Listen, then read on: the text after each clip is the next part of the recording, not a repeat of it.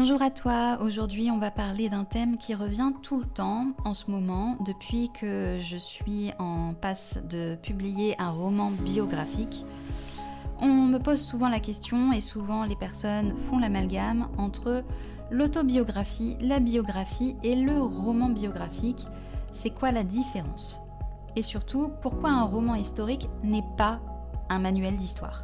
Dans cet épisode, je vais donc te répondre et te rappeler un peu les différences qu'il y a entre ces différents types de romans qui sont des catégories à part entière des unes des autres, voire même plutôt des sous-catégories de romans biographiques. Après, ce sont mes définitions, ce que j'y mets derrière, mais après, chacun est libre d'y mettre un petit peu ses propres mots, sa propre patte derrière ces mots-là. Il n'y a pas de définition universelle.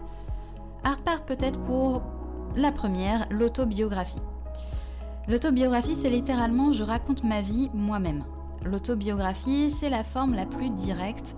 L'auteur raconte sa propre vie, avec ses mots, sa subjectivité, ses souvenirs. On est en plein dans le « je » à la première personne. C'est intime, personnel, parfois brut, et forcément ça peut être un peu romancé, parce qu'on reste humain. Mais la grande différence avec la biographie, c'est que l'autobiographie est dans le jeu et que c'est bien l'auteur qui écrit l'histoire de sa propre vie. C'est la grande différence. Ensuite, la biographie, c'est je raconte la vie de quelqu'un d'autre, justement.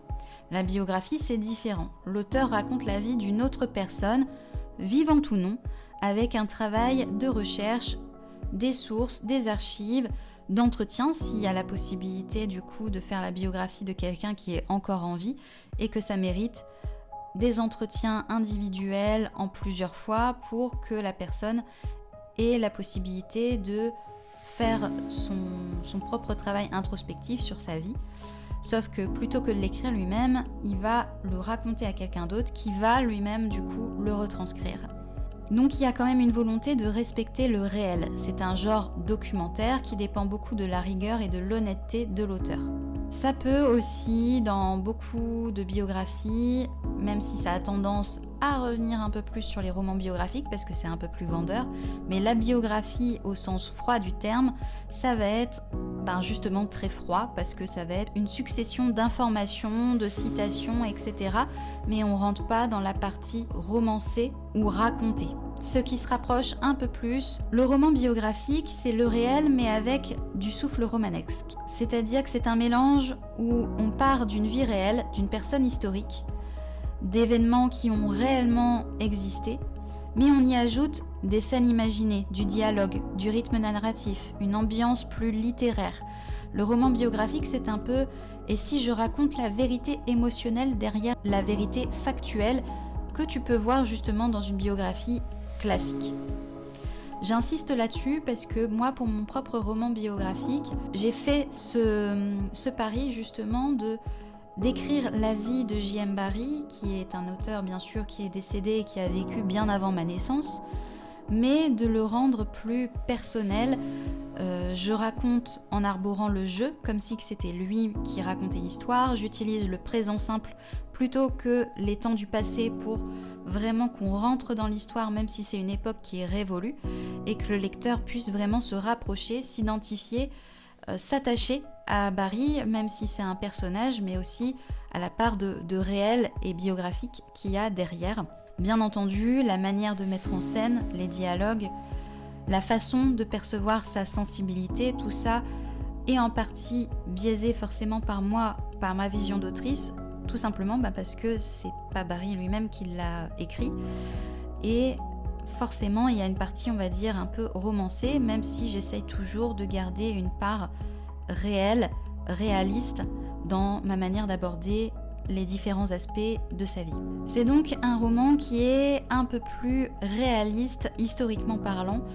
C'est le roman qui sert l'histoire qu'elle raconte, l'histoire avec un grand H, là où le roman historique, c'est l'histoire avec un grand H qui sert le roman, la partie romancée. En soi, il y en existe énormément. l'une des plus courantes, ça reste les chroniques de Bridgerton, forcément, très populaire en ce moment, notamment avec la série qui prend encore plus ce pli de décalage avec l'histoire avec un grand H, mais c'est volontaire et c'est ce qui fait que ça fonctionne, donc tant mieux pour eux.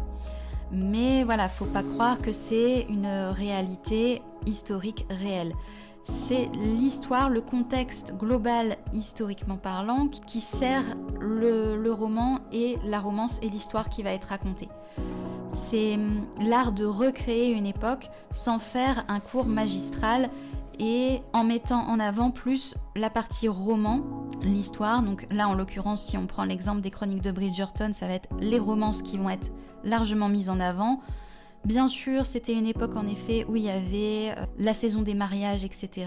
Mais les bals, la manière d'aborder les choses va être un petit peu romancée, plus poétique que ce que ça n'était en réalité. Le roman historique, ce n'est pas là pour te faire réciter des dates, ce n'est pas un manuel d'histoire, ce n'est pas un documentaire. Un roman historique, c'est une émotion, plus une époque, plus une intrigue. Et l'époque est vraiment... elle est là pour servir le reste en soi, l'émotion, l'intrigue, l'histoire, la romance, très souvent, la romance historique, c'est très populaire en ce moment. L'auteur utilise le contexte réel pour son objectif, pour donner un contexte et un décor à son intrigue. Mais son objectif, c'est de faire vivre son histoire avant tout et pas forcément la réalité historique qu'il y a derrière. Pour le petit exemple, ça marche aussi très bien dans les films et les séries. Pour continuer mon parallèle avec Barry, parce que je vais beaucoup vous en parler dans les prochains épisodes, tout simplement parce que j'arrive à la sortie du bouquin et donc forcément je vais en parler pas mal, vous dire un petit peu tout ce que j'ai vécu ces derniers mois, l'année qui s'est écoulée durant toute la période où j'ai créé ce bouquin. Et forcément, je suis tombée sur le film Neverland, Finding Neverland, avec Johnny Depp et Kate Winslet. Je vous mettrai les infos en description, il date de 2004. C'est l'un des rares films qui est basé sur Barry et plus précisément sur sa création de Peter Pan, qui est sorti en français. Il y a d'autres petites séries documentaires, notamment celle d'Andrew Birkin, qui a fait la biographie sur Barry. De base, c'était pour servir justement son scénario de mini-série en 4 épisodes. Mais par contre, il n'y a pas de traduction française. Ça n'a pas été ouvert au public francophone, donc c'est purement en anglais. Pour en revenir à ce film de 2004, ce qui m'a perturbée en le revoyant après tout ce que j'ai pu connaître de l'auteur, c'est qu'ils ont fait un petit peu tout et n'importe quoi dans son histoire. Ils ont tout mélangé. Au final, on ne sait plus vraiment en quelle année on est, plus ou moins, parce que tous les événements sont raccourcis. Il y a même des personnages historiques qui ont existé à une époque, qui ont potentiellement disparu. Le plus flagrant, c'est qu'ils ont laissé que 4 enfants au lieu des 5 garçons Davis qui existaient en réalité. En fin de compte, c'est quelque chose qui s'est étalé dans le temps entre le moment où Barry a rencontré la famille Lewis Davis et la sortie de Peter Pan. Il s'est passé plus de 5 ans, voire même 6 ans. Et donc, il y a plusieurs choses, plusieurs couches qui se sont mises, qui se sont accumulées, sauf que dans le film, ils ont tout mélangé, ils ont tout mis un petit peu, ils ont fait leur bouillabaisse un petit peu de tout ça. Ils disent en plus qu'ils se sont basés justement sur le roman biographique d'Andrew Birkin pour faire ce film, sauf que pour l'avoir lu, cette biographie, à part 1 ou 2 éléments qu'ils ont largement repris à leur compte pour le romancer, j'ai pas l'impression qu'on a vu la même chose ou qu'on a lu le même livre. Parce que du coup, ils en ont fait beaucoup de raccourcis. Après, je sais que forcément dans un film, en 2 heures, c'est compliqué, vu toute la complexité historique qu'il y a derrière. Mais je trouve que du coup, ça dessert l'histoire et ce n'est pas du tout la véracité historique. Je ferai une vidéo où je comparerai ce film plus en détail, où je reviendrai sur ce qui est vrai et ce qui ne l'est pas. Parce que au final, comme c'est l'une des seules sources cinématographiques accessibles pour des Français sur Barry, il peut avoir pas mal de billets on peut croire que c'est la vérité brute alors que pas du tout. Ce film n'est pas une réalité historique brute, c'est clairement un divertissement au même titre qu'un roman historique. C'est l'histoire qui sert le roman et non le roman qui sert l'histoire. Je ne sais pas si je suis très claire, n'hésitez pas à me dire dans les commentaires, mais je trouve que c'est un très bon exemple par rapport à ce que je viens d'illustrer. Je ferme du coup cette parenthèse pour en revenir au sujet principal. Donc il y a une part essentielle de création dans un roman historique ou dans une œuvre mettant en avant un pan de l'histoire. La part de création et de fiction prend le pas sur l'histoire en elle-même pour que ce soit intriguant, attractif pour les lecteurs. Si tout ça se mélange dans les esprits, c'est normal, parce que dès qu'on parle de personnes réelles ou d'époques réelles ou d'histoire avec un grand H, certains lecteurs pensent « Ah, mais tout doit être vrai ». Sauf que l'écriture, c'est un art, c'est pas parce qu'on parle de roman historique que tout est 100% vrai dedans ou que ça s'est réellement passé comme ça ou que c'est réellement un témoignage de l'époque, alors que la plupart du temps, de toute manière, les romans historiques sont écrits à notre époque, à nous, au 21e siècle. On n'a pas vécu sur les époques sur lesquelles on parle la plupart du temps. Donc, et ce qui est tout à fait normal, donc il y a une part toujours un peu fantasmée, même ne serait-ce que par l'auteur.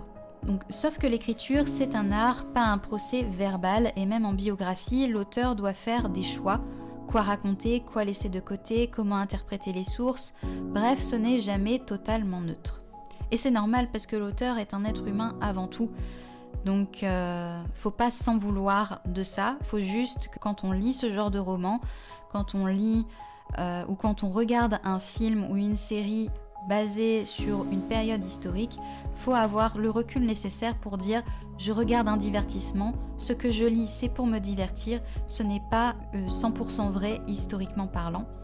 Si je veux quelque chose de 100% concret et proche de l'histoire, je me paye des romans qui sont vraiment faits pour ça, des manuels d'histoire, des manuels et des livres qui sont là vraiment pour remettre en lumière la véracité historique et pas simplement une histoire romancée qui est derrière. Et c'est ok, après chacun y voit midi à sa porte, comme on dit. Donc si tu écris, pose-toi ces questions. Est-ce que je veux raconter ma vie ? C'est une autobiographie. Est-ce que je veux raconter la vie d'une personnalité ? Biographie. Est-ce que je veux raconter sa vie mais avec une liberté romanesque ? Roman biographique. Est-ce que je veux parler d'une époque précise, réelle, mais avec des personnages fictifs ? C'est un roman historique. Et surtout, aucun de ces choix n'est plus noble qu'un autre. Ils servent simplement des intentions différentes et il est bon de les connaître avant de se plonger dans sa lecture pour ne pas faire de mauvaises déductions par la suite. Que tu écrives sur ta vie, celle de quelqu'un d'autre ou une époque entière, voire que tu lis ce genre de roman ou de livre, souviens-toi que la littérature sert avant tout à faire sentir, à faire comprendre autrement, à faire vivre une expérience. Et toi, tu préfères lire quoi ? Des récits vrais ou des histoires inspirées du réel, mais réinventées ? N'hésite pas à me dire ça dans les commentaires. Et surtout, n'oublie pas de continuer d'écrire librement.